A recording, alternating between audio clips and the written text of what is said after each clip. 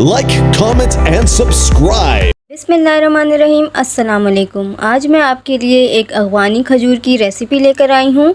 इसको आप T time में भी इंजॉय कर सकते हैं। तो चलिए रेसिपी की तरफ चलते हैं। अफ़गानी खजूर के लिए हमें आटा गूंदना है, तो उसके लिए मैंने यहाँ पर 2.5 कप लिया है मैदा।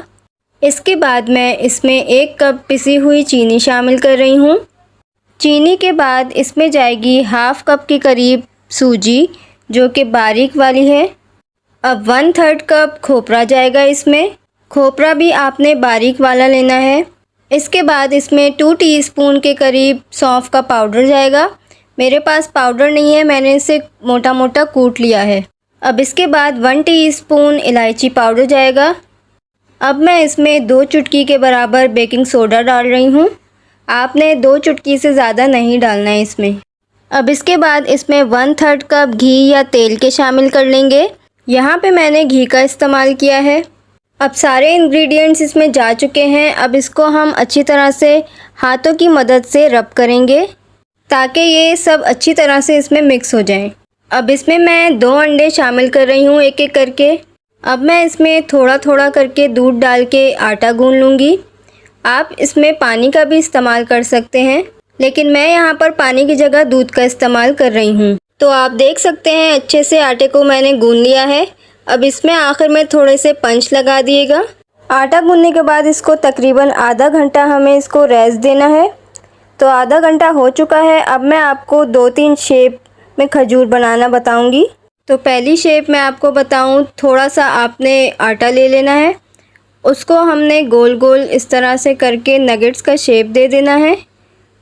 अब इसमें फोक की मदद से इस तरह से निशान लगा लेना है। तो पहली शेप कंप्लीट हो चुकी है।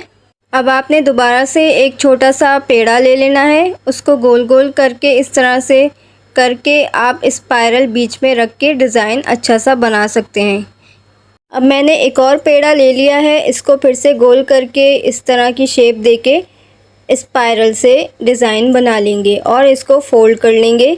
ये बन गई हमारी खजूर की तरह की शेप। अब इसी तरह मैं एक एक करके सारी खजूरें बना लूँगी।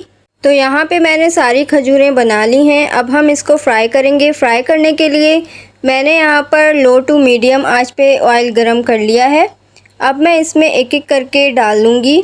आपने ये ख्याल रखना है कि इसको 1 मिनट तक इसमें चम्मच नहीं चलाना है। उसके बाद आपने टर्न करना है तो कर लें, वरना 1 मिनट तक आपने बिल्कुल भी इसमें चम्मच नहीं डालना है। और इसे फ्राई भी हमने तेज़ आंच पे नहीं करना, बिल्कुल लो टू मीडियम आंच पे ही करना है। तो आप देख सकते हैं इस तरह से टर्न करके जब ये ब्राउन कलर की होने लगे तो आपने टर्न कर देना है और इसको अच्छे से फ्राई कर लेना है। तो इसी तरह मैंने सारी खजूरें फ्राई कर ली हैं। आज की ये रेसिपी आपको कैसी लगी मुझे ज़रूर बताइएगा। अगली किसी रेसिपी तक के लिए अल्लाह हाफ़िज़।